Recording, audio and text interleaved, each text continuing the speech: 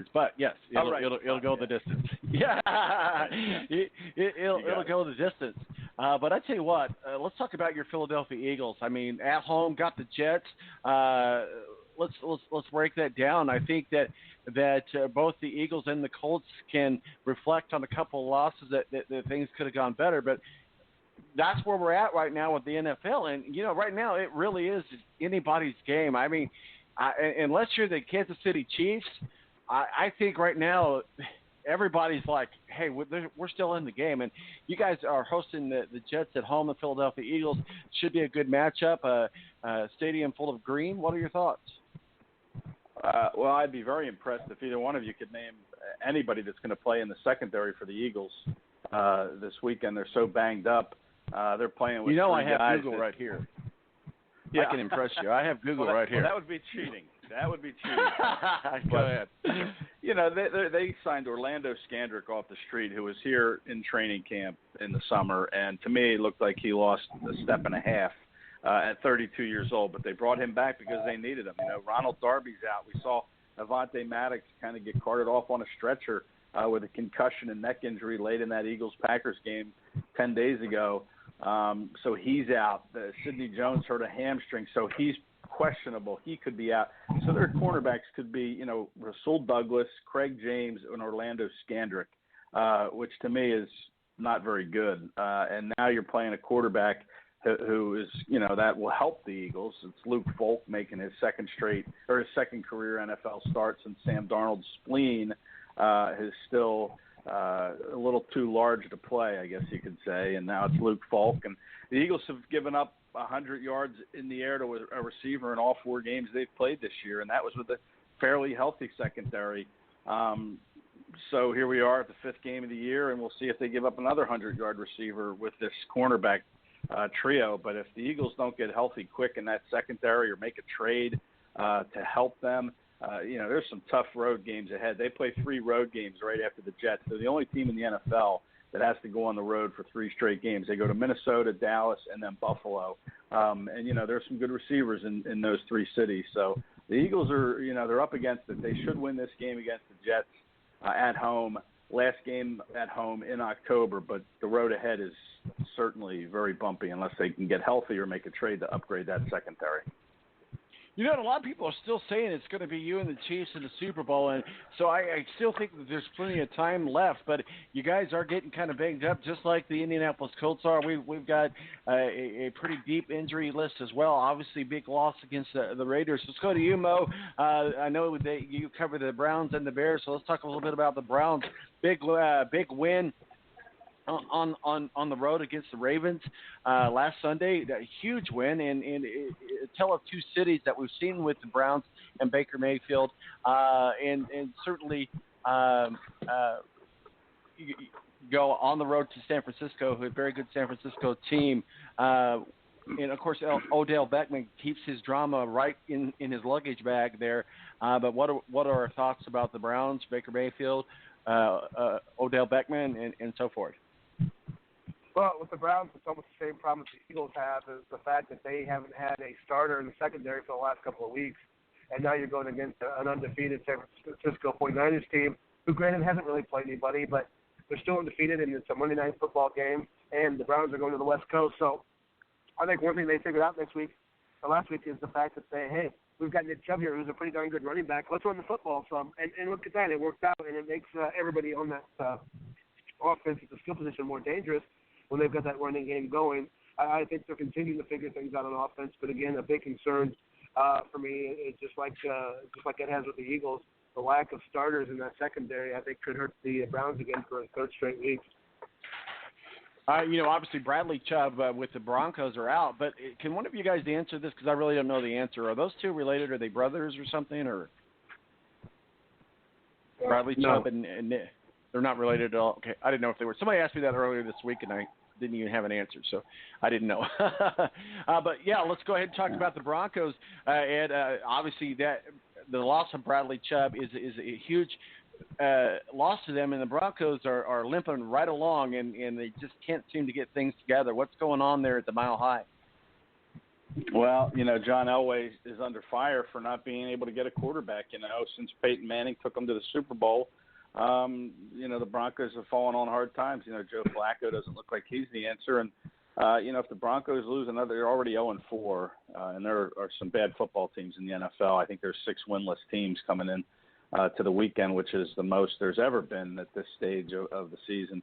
And the Broncos are one of them at 0-4. If they lose another game or two, I know there's talk in Philadelphia of the Eagles perhaps going after Von Miller and Chris Harris, trading for one, if not both of those players to upgrade their defensive pass rush and their cornerback position. So to me, the Broncos just aren't a very good football team, clearly.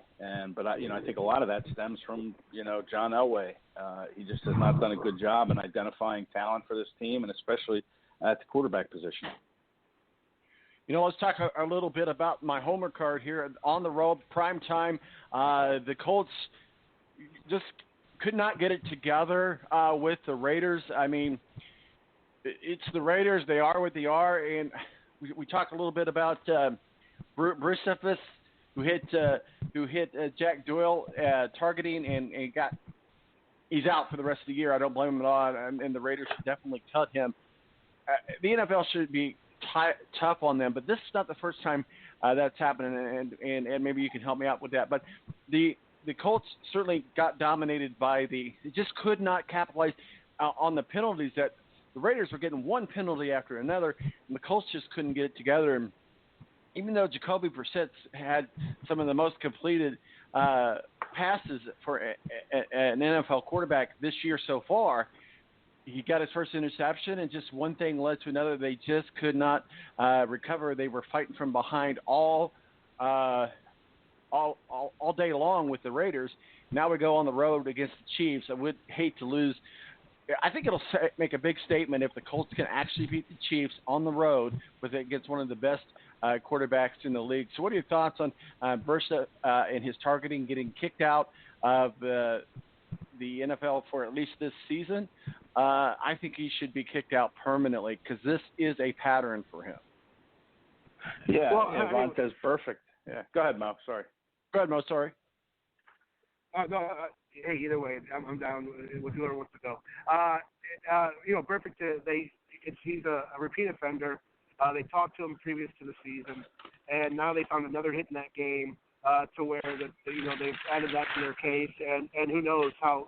The thing I don't like about it on the player's side is the fact that is there precedent for how long he's actually going to be out? They just suspend him for the rest of the season. I think at some point they need to assess the number of games that they're going to suspend him for. I don't like just hey, it's the rest of the season. It hasn't just been game one. Would have been an entire season that he was suspended for. So if this had been game 6 or 7, would he be suspended in the next season? So I want the NFL to come out and clearly state, hey, this is how many games this guy's suspended for, and go from there.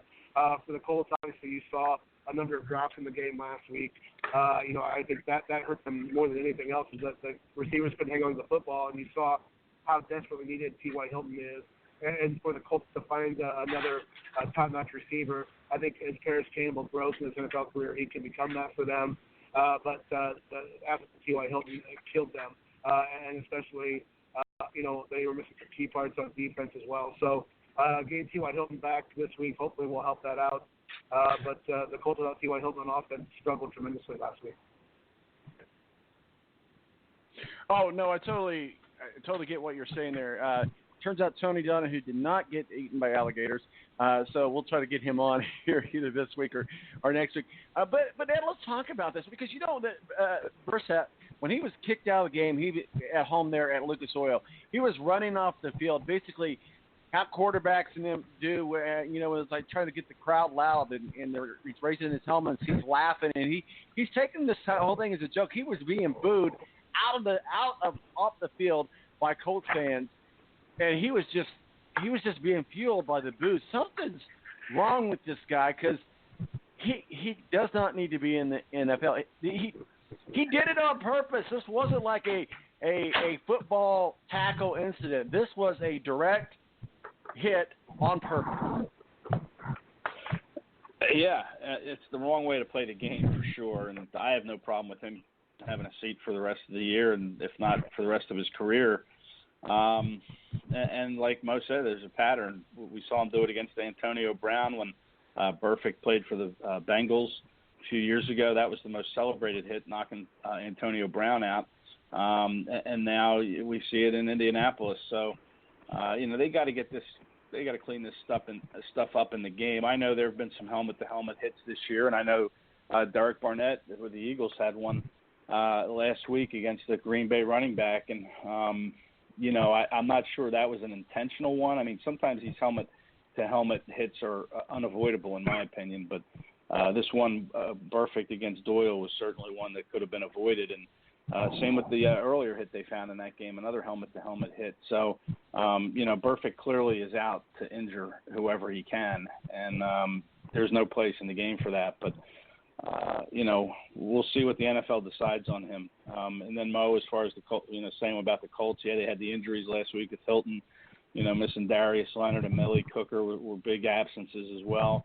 We're starting to see injuries play an impact early here in the season, and really the NFL is all about attrition. How can you stay healthy? What does your depth look like? And that to me was kind of what was impressive with the Browns to me last week, was the fact that they were without two of their cornerbacks, Denzel Ward, and there was another one that was out too, and they were able to kind of go into Baltimore and beat the Ravens, who were riding pretty high with some good depth at the cornerback spot. So, that's what it's all about, is you're going to have injuries in the NFL, and you just have to have that depth to be able to overcome those injuries.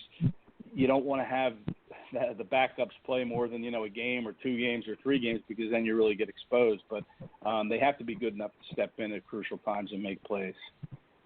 Yeah, let's talk a little bit about backups, because the Jags and the Carolina Panthers, my granddaughter's favorite team, is the tale of 2 backup quarterbacks. You got Minshew and Allen, both doing extremely good leadership with their teams. And sorry to hear that Jolly Old St. Nick was not able to have his first season with the Jacksonville Jaguars.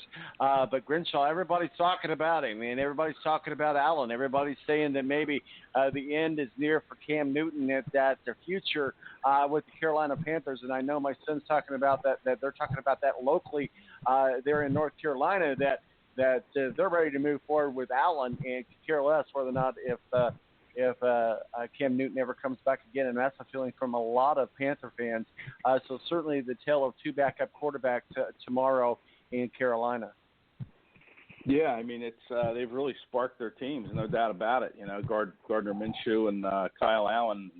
It's funny, in Jacksonville you have Nick Foles being paid a ton of money now. He's injured through the first half of the season.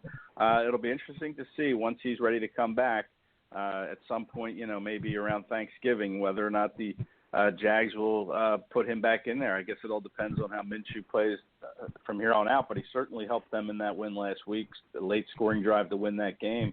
And it's interesting, he's a Washington State quarterback, and we're starting to see some of these Mike Leach guys get into the NFL. We're seeing it with Luke Folk, who's going to start for the Jets on Sunday against the Eagles, and Minshew went there, and Doug Peterson, that watched a lot of tape on Washington State to draft Andre Dillard, their tackle. He's from Washington State. They drafted him in the first round, and we've talked, Doug and I and a couple others, about, did you ever see Gardner Minshew on tape while you were watching Dillard? Because the Eagles drafted Clayton Thorson out of Northwestern, who went before Minshew, and of course Thorson couldn't make it through camp. He was cut, and he's on the Cowboys practice squad now. But Doug said that they saw him, but they just didn't think enough of him, I guess, to draft him. But he's certainly turning a lot of heads in Jacksonville. Well, we'll give the final word to you. You got the Vikings and the Giants, the Falcons and the Texans, Buccaneers and the Saints. We'll basically wrap up week number 5 for us. I guess we're about to run out of time here. Too much talking about ear shaving and so forth. But any which way, Mo, go ahead. Last word to you. Wrap up week number 5 with us, sir. Well, I'm kind of looking forward to the Bucs and Saints now. After you saw such low-scoring affair with the Saints and Cowboys last week, and you saw the Bucs pour it on the Rams. It'll be interesting to see, can Jameis be consistent at this point? I think that's what Bruce Arians and the Tampa Bay Buccaneers, for guys in a contract here now, looking to get past that rookie deal. And Jameis Winston, can he be consistent and not just have that continued adeptness to turn the football over? So I think that's the game that I'm looking forward to. Of those ones you mentioned, I'm looking forward to the Bucks and the Saints. All right, guys. Pop culture question of the week has been proposed to